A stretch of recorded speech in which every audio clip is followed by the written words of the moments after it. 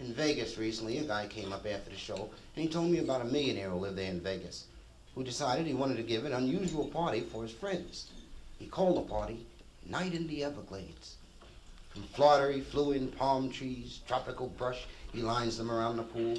He flew in a Seminole Indian rock and roll band called Bow and the Arrows. He also flew in 20 alligators. He puts them in the pool. To impress his friend with how liberal he was, he invited his Negro gardener.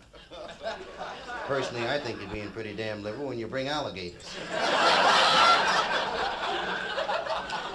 But the party's going on, everybody's having a ball. And the host stops the band, he gets the guest around him. He says, look, as an added surprise, I've decided I'm going to offer either my daughter's hand in marriage or $1 million to any guy who'll swim that pool of alligators.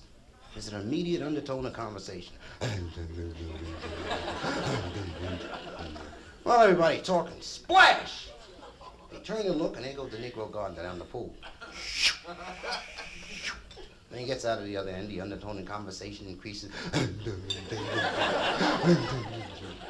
The fella's friends go to him and say, Fred, you made the offer.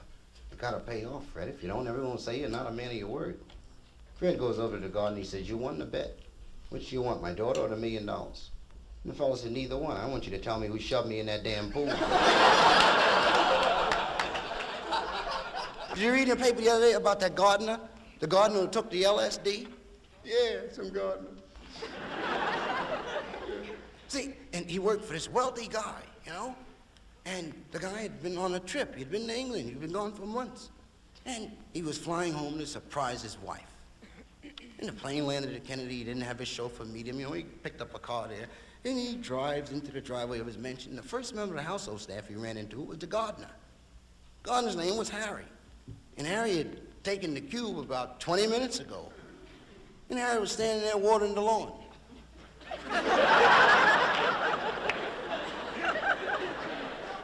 And the boss walks up and said, what's happening, Harry? I said, ain't nothing happening. He said, ain't a damn thing happening. Other than the dog died. Boss said, the dog died, Harry? I said, how'd the dog die? Said he found some dead horse meat in the barn, and he ate it, and he died. Man, I said, dead horse meat in the barn? How did dead horse meat get in the barn? I said, the barn caught on fire and burned up the horse, and the dog ate the meat and died. I said, the barn caught on fire? I said, how? How the hell did the barn catch on fire? He said it was the sparks from the house. He said the roof of the house was burning, and the sparks flew over to the barn and burned the barn and the horse, and the dog ate the meat and died. I said, the house? What do you mean, the house? I said, how did the house catch on fire? He said it was the candles.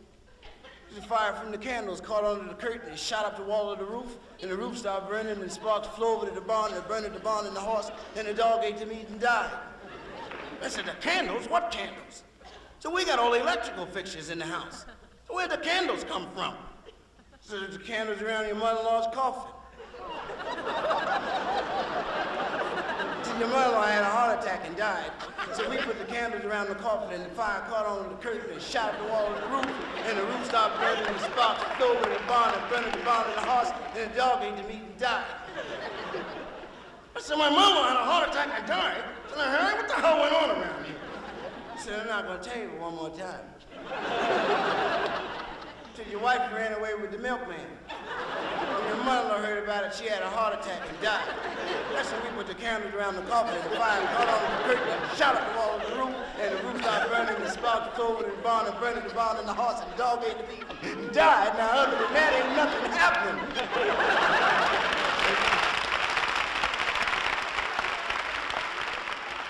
I had an experience about a month ago. I'm on the way home from work. I'm going down a dark street. No lights on the street. That's why it was dark.